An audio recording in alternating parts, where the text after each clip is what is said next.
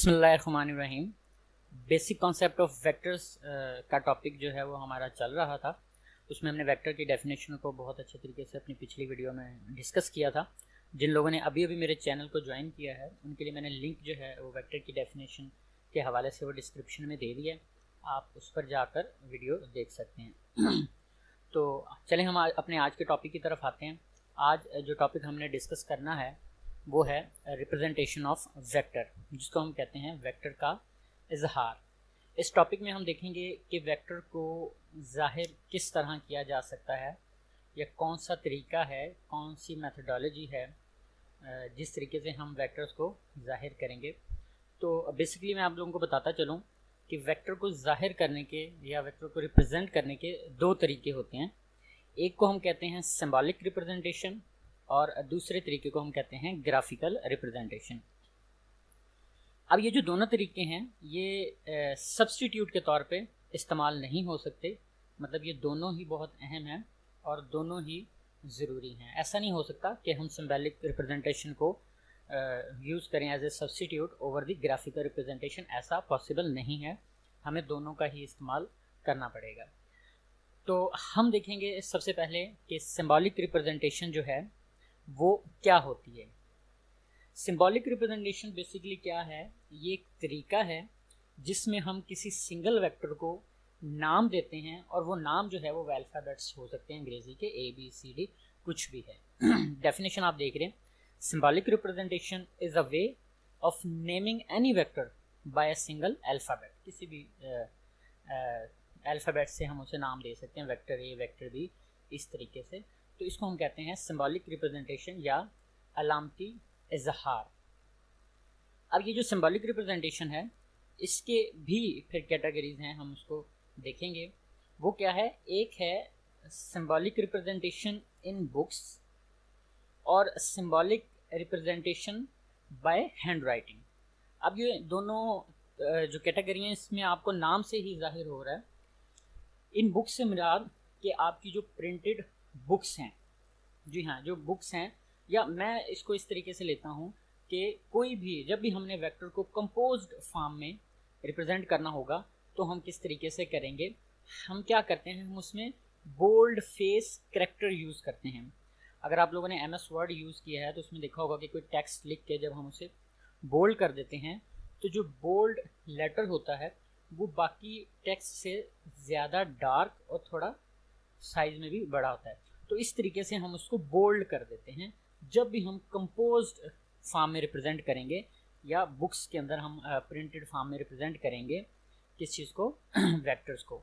फिर आ जाता है हमारे पास बाय हैंड राइटिंग। मतलब हैंड राइटिंग मीन्स के नाम से जाहिर है आप लोग, या जब हम इसे हाथ से लिखेंगे, वेक्टर को रिप्रेजेंट करेंगे, हाथ से लिखते हुए हमने रिप्रेजेंट करेंगे, तो हम क्या करते हैं कि वेक्टर के ऊपर एक तीर का निशान लगा देते हैं, एरो लगा देते हैं, ठीक है, by putting N arrow head over the vector. ये देखिए आप लोगों को ए के ऊपर एरो का साइन है और ये बी के ऊपर।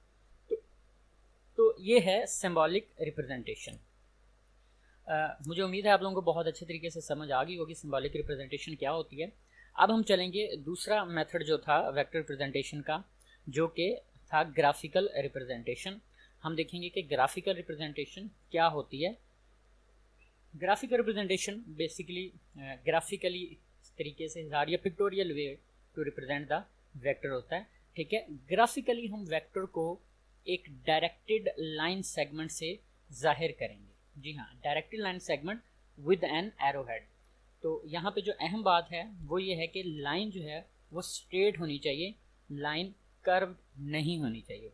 जी हाँ, हमेशा एक स्ट्रेट लाइन से हम वेक्टर को ग्राफिकली रिप्रेजेंट करेंगे by directed a line segment with an arrow head के जरिए, ठीक है। अब ये देखें तीर के निशान के साथ जो लाइन होगी, ये देखें आप, ये एरो हेड, ये जो एरो हेड है ये, इससे हम रिप्रेजेंट करते हैं ग्राफिकली वेक्टर्स को। यहाँ पे जो बहुत अहम बात है वो ये है कि ये जो लाइन है, एरो हेड वाली लाइन है, इसकी जो लेंथ है ये क्या होगी, ये according to the chosen scale होगी। The length of the line segment according to chosen scale corresponds to the magnitude of the vector. अब चूजन स्केल के मुताबिक होगी लेकिन मैग्नीट्यूड से मुतशाबे होगी।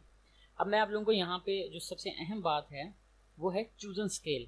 चूजन स्केल क्या होता है, इसके लिए मैंने एक अलग से स्लाइड बनाई है, उसमें मैं आप लोगों को एक एग्जांपल से बताऊंगा कि ये चूजन स्केल बेसिकली क्या है। A car is moving with 50 metre पर सेकेंड टूवर्ड ईस्ट। अब देखें इसमें हमारे पास स्टेटमेंट में है कि एक कार जो है वो 50 मीटर की रफ्तार से मशरिक की तरफ जा रही है। अब अगर हमने इसको ग्राफिकली रिप्रेजेंट करना होगा, इसको वेक्टर फॉर्म में ग्राफिकली अगर हमने इसको रिप्रेजेंट करना होगा तो ये नामुमकिन है कि हम 50 मीटर की एक लाइन जो है वो पेपर पे ड्रा करें। ये कहीं पे भी उसको ड्रा करने में बहुत प्रॉब्लम है, ये पॉसिबल नहीं है। तो फिर क्या करते हैं, हम एक अपना स्केल बनाते हैं। वो कोई भी हो सकता है लेकिन वो सुटेबल स्केल होना चाहिए। मैं 50 मीटर पर सेकंड के ऊपर आपको एक अपना स्केल बनाकर दिखाता हूँ। एक सुटेबल स्केल जो होगा वो ये है, मैं फ़र्ज कर लेता हूँ कि 10 मीटर जो है वो 1 सेंटीमीटर के बराबर है। तो इस तरीके से 50 मीटर को रिप्रेजेंट करने के लिए मुझे सिर्फ 5 सेंटीमीटर लंबी लाइन जो है वो लगानी पड़ेगी, जो कि बिल्कुल पॉसिबल है। इसी तरह से हम एक और एग्जांपल ले लेते हैं, एक और चूजन स्केल बना लेते हैं इसी एग्जांपल के ऊपर, और वो ये होगा। अब हम ये सपोज करते हैं कि 10 मीटर 1 सेंटीमीटर के बराबर नहीं है, बल्कि 5 मीटर जो है वो 1 सेंटीमीटर के बराबर है। तो अब हमें 50 मीटर के लिए कितनी लंबी लाइन लगानी पड़ेगी, 10 सेंटीमीटर जो है लंबी लाइन लगानी पड़ेगी, जो कि पहली लाइन से दुगना हो जाएगी। तो ये है एक चूजन स्केल जो मैंने बनाया है। आप कोई भी स्केल जो है वो बना सकते हैं, मुंतखब कर सकते हैं, लेकिन सिर्फ वो सुटेबल स्केल होना चाहिए, ठीक है, ताकि आप वेक्टर ग्राफिकली फॉर्म में रिप्रेजेंट कर सकें। अब हमने जितने भी मेन पॉइंट्स थे इस टॉपिक के वो डिस्कस कर लिए हैं। एक दफ़ा से हम दोबारा इस टॉपिक को रिकॉल करेंगे और अपना तमाम जितना भी हमने पढ़ा है हम उसे एक स्लाइड में सम अप कर देंगे। देखिएगा आप किस तरीके से ये हमने आज जो टॉपिक है वो पढ़ा है सारा, और उसको हमने बड़े डिटेल में डिस्कस किया है। हमने वेक्टर रिप्रेजेंटेशन पढ़ा, उसमें हमने पढ़ा कि 2 ways to represent the vectors हैं, symbolic representation, graphical representation. Symbolic representation क्या होती है उसकी डेफिनेशन हमने डिस्कस की, फिर हमने बताया कि इसके 2 कैटेगरीज हैं, एक बुक्स के अंदर है और बाय हैंड राइटिंग है। बुक्स में हम बोल्ड फेस लेटर यूज़ करते हैं, हैंड राइटिंग में हम एरो हेड पुट कर देते हैं। फिर ग्राफिकल रिप्रेजेंटेशन हमने डिस्कस किया, उसमें हमने कहा जी वेक्टर को bye directed line segment with an arrow head से जो है वो रिप्रेजेंट करते हैं। ये देखें, directed line segment with an arrow head. और फिर हमने कहा कि the length of the line segment जो है, ये जो रेड कलर का वेक्टर आपको नज़र आ रहा है, डायरेक्टेड लाइन सेगमेंट, इसकी जो लेंथ है ये अकॉर्डिंग टू चूजन स्केल होगी, correspond to the magnitude of the vector के।